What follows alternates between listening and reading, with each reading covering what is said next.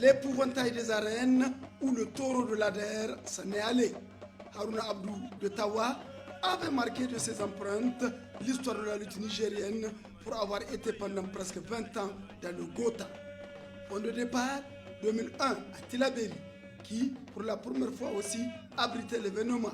C'était la première finale contre son propre coéquipier, le défunt Hassan Adamou. Une finale maison où on l'avait supplié de laisser passer son adversaire. Harouna Abdou accepta humblement. Maradi 2003, d'ailleurs, où il pétillait la forme, me fit surpris par le défunt Ali de Zander lors de la 7e et dernière journée de la première phase. Dès lors, le feu follet de l'ADR s'est mis résolument au travail avec déjà un atout naturel, 120 kilos. Le reste a été parachevé par une technique de base. De par sa morphologie, la technique qui le suit alors était celle de double crochet sous les aisselles, où il enveloppe carrément l'adversaire pour exercer une torsion dorsale et en bas un crochet.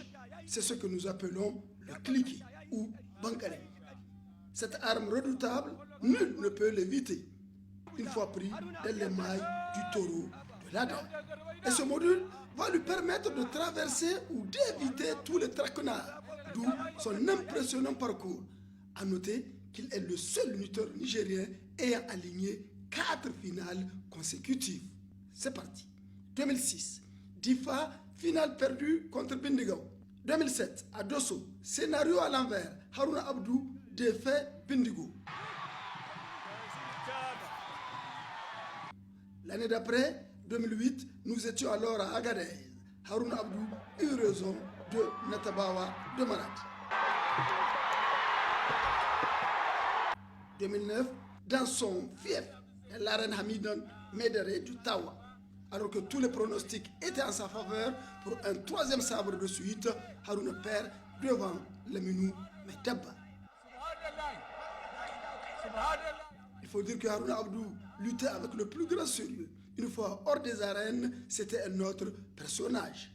La région de Tawa vient de perdre ainsi son 3e détenteur de sabre, après Kataki et Hassan Adamou.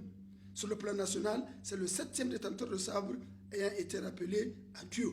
Dosso, Salma Darani, Maradi, Kantou Elerbo et Zander Balakado qui, il y a un an, disparaissaient.